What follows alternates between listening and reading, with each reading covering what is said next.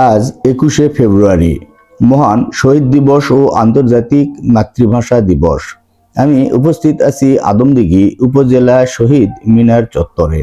1952 সালের এই দিনে মাতৃভাষা বাংলার অধিকার রক্ষায় বুকের তাজা রক্ত ঢেলে দিয়েছিলেন সালাম, বরকত, রফিক, জব্বার সহ অসংখ্য ভাষা শহীদ। তাদের আত্মত্যাগের বিনিময়ে আমরা পেয়েছি আমাদের প্রাণের বাংলা ভাষা। ভাষার জন্য জীবন দেওয়া এমন ইতিহাস পৃথিবীতে বিরল। আর সেই আত্মত্যাগের স্বীকৃতি দিয়েই 1999 সালে ইউনেস্কো 21শে ফেব্রুয়ারিকে ঘোষণা করে আন্তর্জাতিক মাতৃভাষা দিবস হিসাবে।